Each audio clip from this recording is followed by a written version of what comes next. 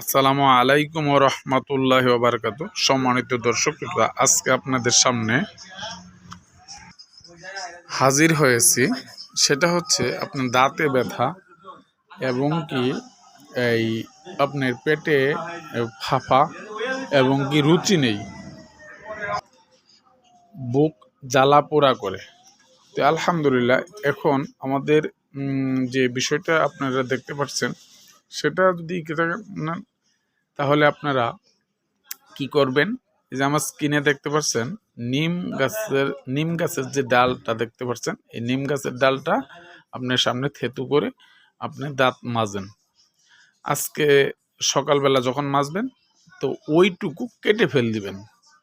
পুনরায় দুপুরবেলা যে নিম গাছের ডালটা দিয়ে আপনি মাজবেন, মাজার সময় সূরা ফাতিহা তেলাওয়াত করতে করতে আপনি মাজতে থাকবেন।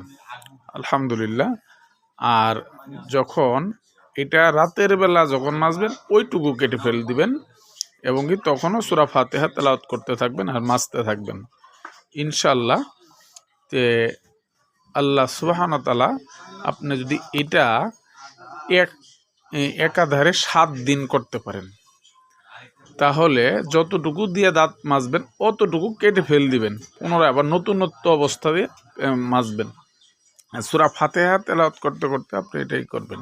ইনশাআল্লাহুল আজিজ, আপনার পেটের ফাঁপা, দাঁতের ব্যথা এবং বুক জ্বালা পোড়া এবং রুচি নাই, তাহলে আপনি এটা দ্রুত, আপনার এই সমস্যাগুলো দ্রুত ভালো হয়ে যাবে ইনশাআল্লাহ। এটা আমার পরীক্ষিত। আসসালামু আলাইকুম ওয়া রাহমাতুল্লাহি ওয়া বারাকাতুহু।